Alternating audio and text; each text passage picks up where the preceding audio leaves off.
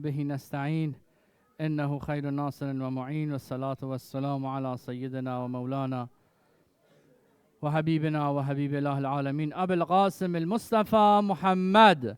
اللهم صل على محمد وآل محمد وعلى أهل بيته الطيبين الطاهرين المعصومين لا سيما بقية الله في الأرضين روحي وأرواح العالمين لتراب مقدمه الفداء. رب اشرح لي صدري ويسر لي أمري واحلل عقدة من لساني يفقه قولي واغفر ذنوبنا كلها بحرمة محمد وآل محمد. اللهم صل على محمد. السلام عليكم جميعا ورحمة الله وبركاته. Alhamdulillah que Dieu Azza wa Jalla, qu'Allah Azza wa Jalla nous a bénis d'être entre les mu'minins et les mu'minat pendant le mois de Ramadan. Supplier, faire des doigts ensemble et aussi faire le iftar ensemble. Alhamdulillah Rabbil Alamin. Et essayer d'augmenter notre, pas justement le niveau spirituel, mais aussi le niveau de savoir à propos d'un mouvement social, un mouvement collectif, que c'est très, très, très important dans notre époque aujourd'hui. On est vraiment proche à une victoire très, très précieuse que tout le monde va commencer à poser des questions et vont être attirés vers le mouvement de résistance, vers les amoureux de Ahl al-Bayt et ils vont poser des questions. On doit être prêt pour les répondre. On doit faire le plus d'efforts possible pour augmenter notre savoir, pour augmenter notre capacité de répondre à leurs questions. Et aussi en même temps de les engager dans un mouvement social des opprimés contre les oppresseurs. Et jusqu'à maintenant, pour eux qui étaient absents pendant les dernières soirées, qu'on a parlé à propos que la puissance sociale devrait être dans les mains des croyants, pas dans les mains des oppresseurs. Et si les croyants n'utilisent pas qu'est-ce que Allah les a bénis avec la guide du Coran, avec les narrations et citations de Ahl al-Bayt et les savants combattants, bien sûr, la puissance va être dans les mains des oppresseurs, eux qui cherchent à dominer les sociétés, les gens et esclaver les gens pour leur bénéfice personnel. Et c'est ça qu'on voit aujourd'hui. Une des raisons qu'aujourd'hui on voit que l'armée de noirceur, l'armée que Allah subhanahu wa ta'ala, il les appelle comme des caractéristiques, avec des caractéristiques summun bukmun umyun fahum la ya'qilun, qui sont aveugles, qui ne peuvent pas entendre, qui ne peuvent pas comprendre, qui n'ont pas l'intellect, qui vivent dans le noirceur, qui n'ont aucun wali, ils n'ont pas Allah aide au support arrière de eux, comment ils ont atteint la position de pouvoir. Ça, c'est une question qu'il faut qu'on pose à nous-mêmes. Et ça, c'est à cause de nous. Nous, on n'a pas utilisé vraiment les notions islamiques, les notions de révélation pour faire un mouvement collectif, pour préparer le terrain, pour avoir la puissance dans les mains des croyants, et bien sûr préparer le terrain pour arriver de notre imam. Les éléments qu'on est en train de parler, qu'il faut faire attention à ces éléments-là pour enrichir ces éléments, pour gagner la puissance. On a parlé de la foi, bien sûr, la base, le plus important, la guide de les deux autres éléments. La foi devrait être l'iman, la foi devrait être tout le temps mise à jour, devrait être tout le temps essayer d'élever. Et bien sûr, la foi il y a une très forte relation avec le savoir comme le deuxième élément de puissance, ilm. On était en train de parler on est rendu à parler de l'élément ilm. Aujourd'hui et hier soir, on était en train de donner des différents exemples, comment que les arrogants utilisent le savoir et cet élément comme un élément de la puissance pour leur intérêt personnel. Et on a dit que le troisième élément que c'est très important, c'est la richesse. Et on est en train de relier que comment avec le savoir on gagne la richesse. Et on a aussi dit que la richesse, ce n'est pas juste l'argent. Il y a beaucoup de choses qu'on a comme la richesse, qu'on peut les bien utiliser en augmentant notre savoir. Par exemple, un des exemples qu'on a donné hier soir, c'était quoi? La richesse comme le temps. Temps, c'est une richesse. Comment on peut devenir productif en utilisant le temps? En organisant notre journée, en planifiant notre journée, en pensant à propos des stratégies et les plans pour les aligner avec la voie divine, avec la volonté divine, pour réaliser le plan de Dieu et organiser notre temps. Ça fait quoi? Ça fait qu'on devient des gens qui utilisent bien leur temps comme une bénédiction qu'Allah les a accordée. Donc, une des choses qu'on a parlé, on a dit une chaîne de production pour arriver à la richesse. Bien sûr, en premier, tout ça, il faut aussi penser que tout ça qu'on est en train de parler, on est en train de parler dans une formule qui est référée à les croyants, référée à les gens qui ont la foi. Parce que si on n'a pas la foi, savoir, richesse va devenir des objets, va devenir des outils qui vont nous dévier, qui vont nous augmenter l'arrogance, qui va nous faire de devenir parmi les oppresseurs. Donc la foi devrait être tout le temps mettre l'important dessus, devrait tout le temps faire mise à jour, devrait tout le temps penser à l'élever et l'améliorer. Donc, on est en train de dire qu'il y a une chaîne, savoir, et après des idées, après des analyses des compétences, et après production et la richesse. Dans un mouvement social, c'est plus facile de réaliser cette chaîne. Bien sûr, si on veut penser à faire un mouvement individuel, on ne va jamais réussir vraiment à atteindre de se lever contre les oppresseurs. Même les oppresseurs, on a vu par le verset de Coran, ta'awanu ala al-birr wa taqwa wa la ta'awanu ala al-ithm wal-udwan. Même le Coran, il dit le ta'awun, la coopération, ça peut être les deux côtés. Tu peux faire coopérer dans un mouvement collectif pour établir les biens dans la société. Tu peux faire coopération avec les autres pour établir les mauvaises choses, les corruptions dans la société. Et c'est ça qu'on voit aujourd'hui. Même les gens corrompus, même les oppresseurs, ils ont une coopération entre eux que vous voyez aujourd'hui, par exemple, dans la guerre.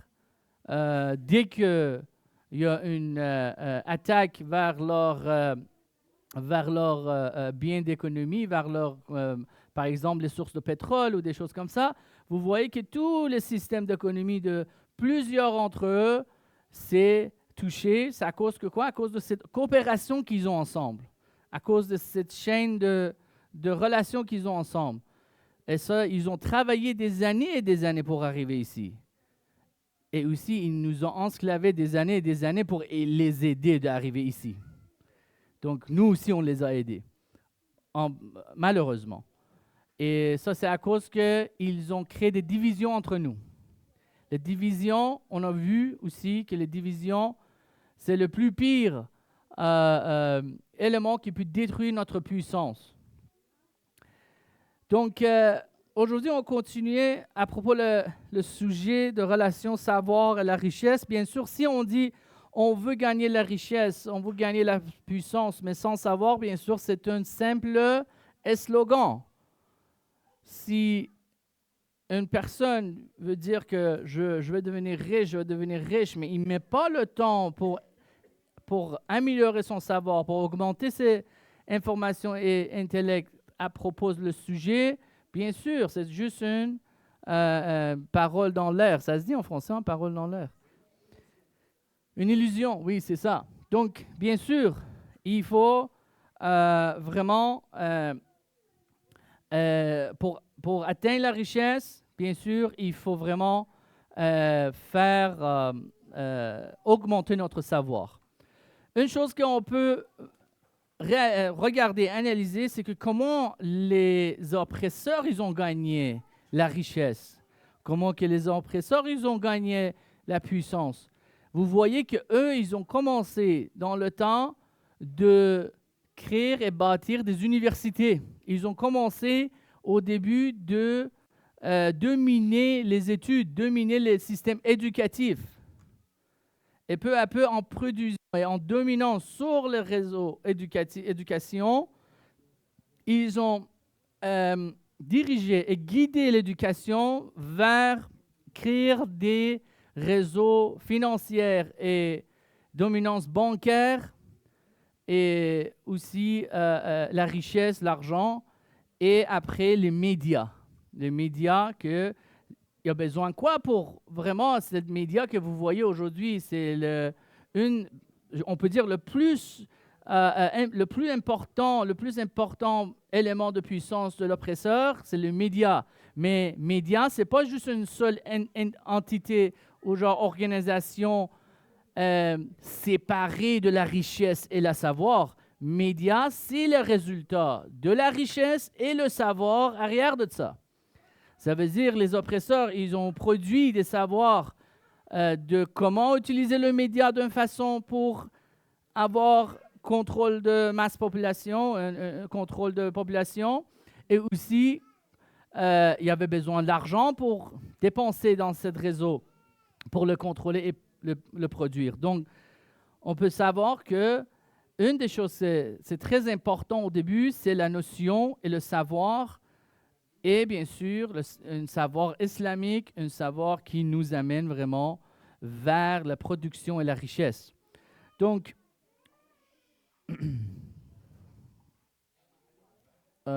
juste... OK, finir ça. OK. Donc, une des choses qu'on voit ici, c'est que des fois, on a le savoir, mais sans production. On a, par exemple, des ilms où on ne produit pas pour notre communauté. On est en train d'utiliser notre savoir pour produire des productions pour l'oppresseur. Donc, production, ça peut être, c'est pas juste une production matérielle, ça peut être production des notions, production des projets, production de pensées, des stratégies, de plans. Beaucoup de choses, ça peut être de la richesse, comme je vous avais dit. Et des fois, on a la production, mais sans connaissance de bien l'utiliser. Les deux nous amènent vraiment dans la voie de pauvreté ou dans la voie d'impuissance, dans la voie d'être opprimé. Il faut vraiment, essayer de garder les deux ensemble. Par exemple, bien sûr, les imams nous ont conseillé que voilà, taqfu ma laysa laka bihi ilm. Quelque chose que tu n'as pas encore le savoir, ne commence pas, ne te mets pas dedans ou ne l'accepte pas.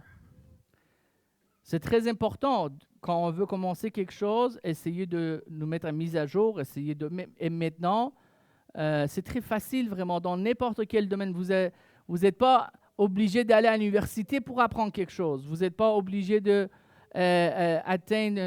des diplômes ou des licences, des certificats pour dire que je suis quelqu'un qui est intellectuel ou Non, vous pouvez faire vos recherches, vous avez des outils, vous avez des connexions avec l'Internet, avec des accès aux bibliothèques, des livres et tout ça, que vous pouvez mise à jour votre savoir, votre notion et augmenter votre niveau intellectuel pour vraiment commencer un projet. Imaginez aussi si ce projet, ce n'est pas individuel. On est en train de parler un projet collectif, un mouvement collectif.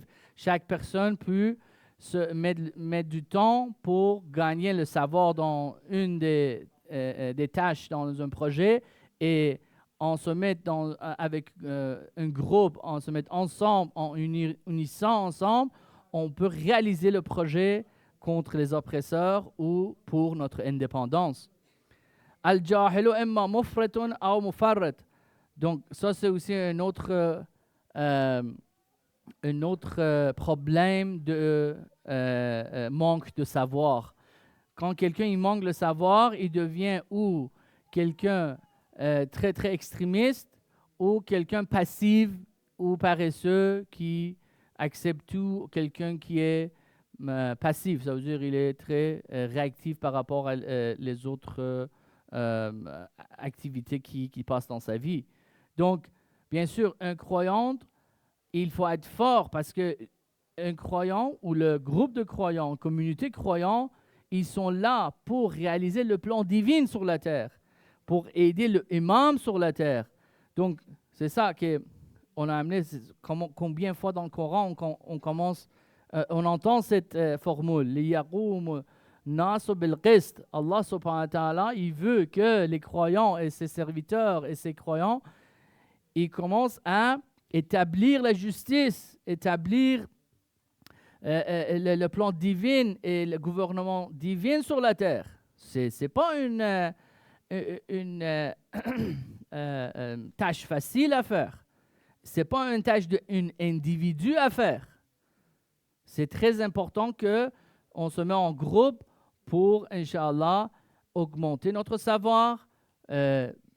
Comme on a dit, on peut, en premier, il faut avoir une banque d'analyse de notre compétence, une banque d'analyse des idées qu'on a, une banque pour analyser les tâches qu'on peut faire et les prioriser et après commencer à, Inch'Allah, diviser les tâches dans un mouvement social.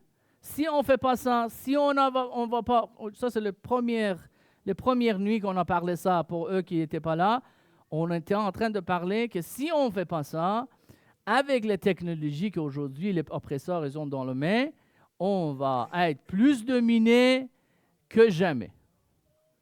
Ça veut dire aujourd'hui, avec les IA, avec les systèmes bancaires, les systèmes sécurité, tout ça que c'est dans les mains de l'oppresseur, c'est comme le pharaon. Ils vont devenir plus arrogants. De plus que le système arrogant, le plus qu'une personne ou un groupe d'oppressifs, ils se pensent d'avoir des outils dans la main, ils se pensent rani, ça veut dire on a dit hier, self-sufficient, autosuffisant. Autosuffisant, ils se pensent autosuffisants. Qu'est-ce que ça arrive? Ça arrive qu'ils deviennent plus arrogants. Devient plus assoiffé pour le pouvoir, pour la domination. Donc, avec les IA et l'avancement des technologies aujourd'hui, vous allez voir, on va vraiment vous regarder que les arrogants deviennent plus arrogants. Les arrogants ils vont penser comme eux, qu'ils sont des dieux, qu'ils sont des pharaons. Et si nous, dans notre côté, on les laisse faire et on pense tout le temps à notre zone de confort, on va tomber dans le piège de individualisme, on va tomber dans le piège de matérialisme, on va tomber dans le piège de zone confort et on va devenir des gens passifs à place des gens actifs. Et ça, c'est très important de penser ça collectivement et passer le message, pas juste à les musulmans, pas juste à les chiites, les suivants d'Ahl Bayt, mais aussi à les gens opprimés. Les gens opprimés qui sont réveillés, il ne veut pas être oppressé, il ne veut pas accepter l'oppression. Essayez de les réveiller, essayez de les attirer. Pas besoin qu'il devienne musulman, qu'il soit dans l'axe de résistance. Non, il peut être un humain qui est contre l'oppression. Et on essaie de les attirer pour avoir un mouvement collectif et aussi d'avoir plus de compétences et talents dans cette communauté ou dans ce mouvement. Donc, bien sûr, savoir bénéfique, c'est pour utiliser ça pour, en plus, la production, pour réaliser la justice dans la société et bien sûr pour créer une indépendance de le système oppressif. On a aussi des versets du Coran qui nous donnent cette idée que notre possession, comme la richesse, c'est pas juste à nous. C'est pas à nous la richesse qu'on gagne.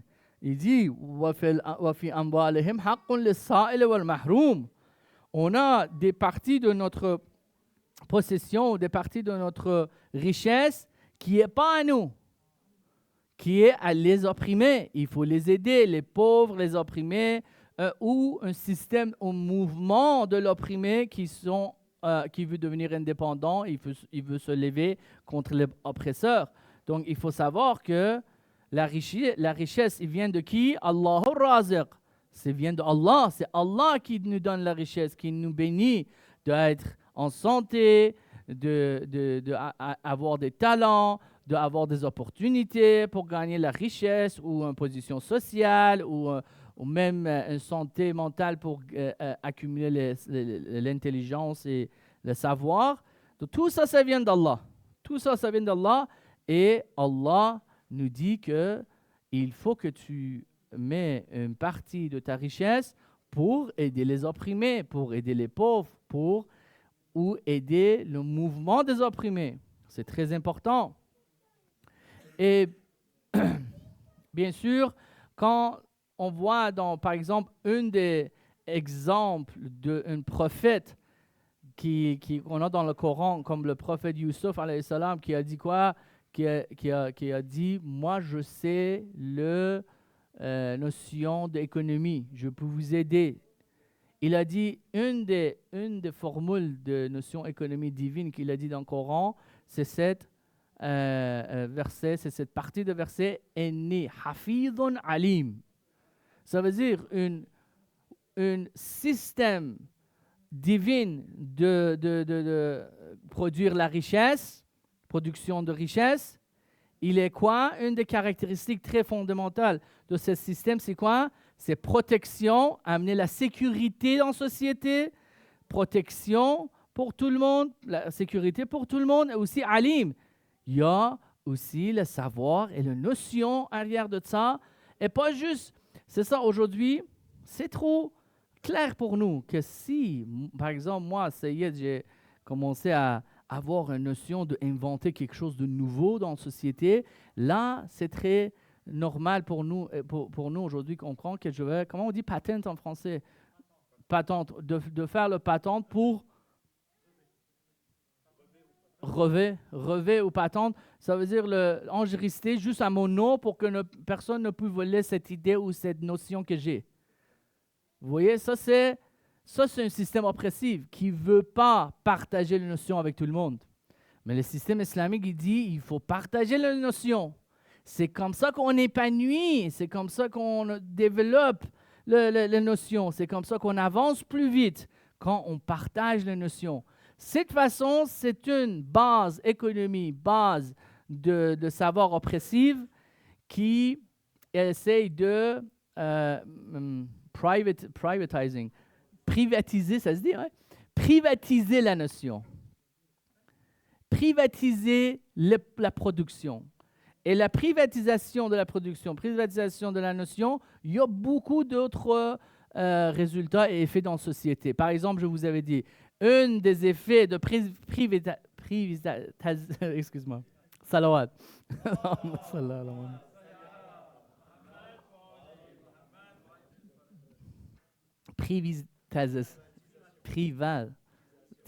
Privatisation de notions, c'est quoi? C'est israf, je vous avais dit. Je vous avais donné un exemple.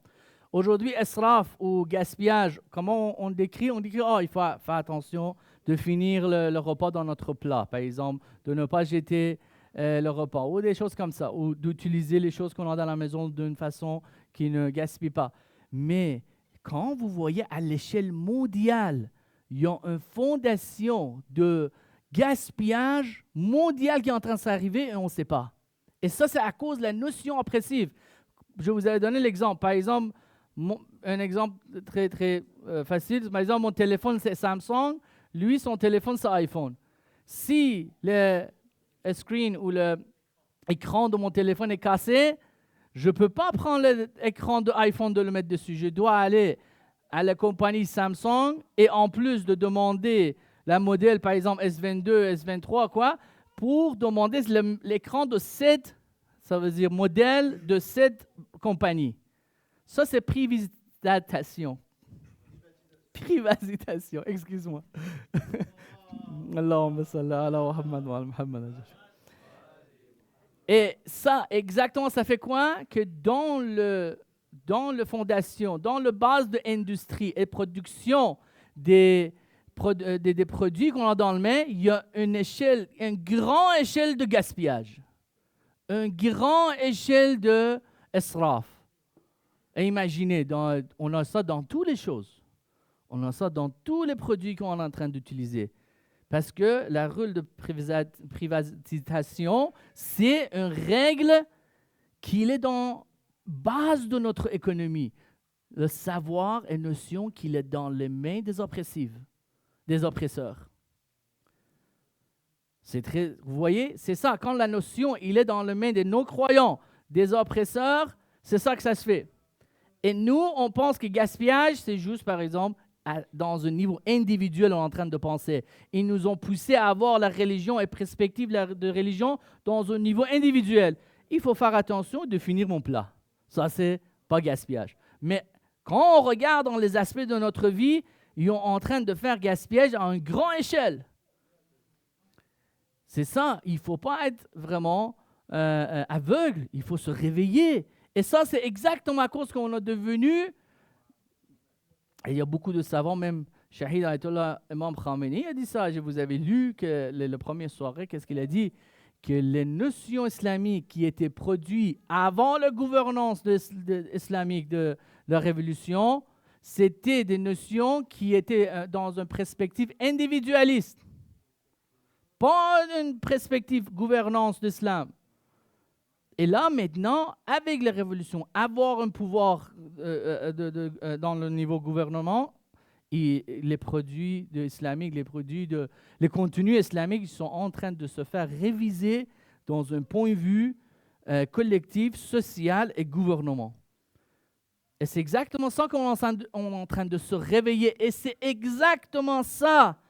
Les oppresseurs, ils ont peur et ils ont contre nous. Parce qu'ils voient qu'ils sont en train d'avancer dans tous les domaines de technologie et domaines de sciences humaines dans une voie qui enforce les opprimés. Et ça veut dire que ça joue contre les oppresseurs. Et c'est exactement ça. Une des fondations de production de notions dans le côté de point de vue islamique, de point de vue divin, c'est enforcer qui? Les opprimés. C'est naj'alahum a'immatan wa naj'alahumul warithin. Allah subhanahu wa ta'ala, volonté, c'est pour que les opprimés deviennent au pouvoir, pas les oppresseurs. Si vous voulez que Nasr d'Allah, support d'Allah, aide d'Allah vienne dans votre vie, in tansurullah yansurkum, ça veut dire quoi? Ça veut dire de marcher dans la voie de la volonté d'Allah. Ça veut dire que c'est quoi la volonté d'Allah? Nuridu an namunnu ala alladhina istuz'afu fil ard wa naj'alahum a'immatan wa naj'alahumul warithin. Nuridu, la volonté d'Allah, c'est ça. La volonté d'Allah et toute la création, c'est harmonisé avec cette volonté, c'est de donner le pouvoir et le contrôle dans les mains des opprimés, pas les oppresseurs. Donc si nous, en tant qu'une société, en tant qu'une communauté, on marche dans la volonté de Dieu, aide Allah, il est là. Support d'Allah, il est là. Et on va voir des miracles qu'on ne pouvait même pas imaginer. Comme on a vu que qu'est-ce qui est arrivé avec les Bani Israël dans le Coran. Il était des opprimés, il était des gens que le pharaon, il les tuait, il ensclavait leur famille et tout ça. Et là, tu vois qu'à un moment donné, ils ont devenu des kings, des rois. Ils ont venu à Allah subhanahu wa ta'ala à cause qu'ils ont résisté, à cause qu'ils ont continué, ils ont devenu des rois. Mais encore, Imam Ali alayhi salam, c'est dans Ça, qu'est-ce que je suis en train de dire? Je l'ai dit dans le Salat de Jumu'ah la dernière semaine. En plus, le Salat de Jumu'ah demain, on a, Inch'Allah, les gens qui veulent venir. On va continuer Nahj al-Balagha, le Khutbah Qasiyah, le Khutbah 192 de Imam Ali dans Nahj al-Balagha.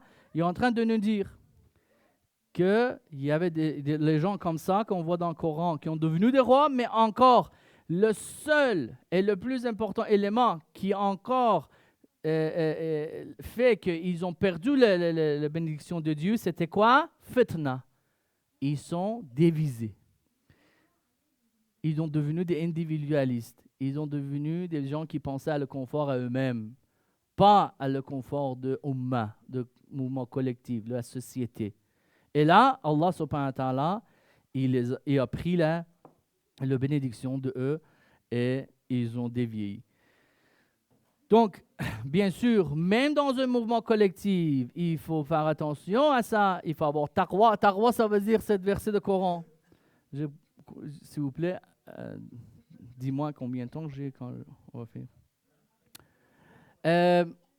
Taqwa, ça veut dire ça. Taqwa, ça veut dire que je me vois dans la présence de Dieu. Taqwa, ça veut dire que je fais attention à mes actions, mes intentions, le plan de vie, tout ça, mes buts dans la vie, de les aligner avec la volonté de Dieu, le plan divin. Ça, c'est taqwa.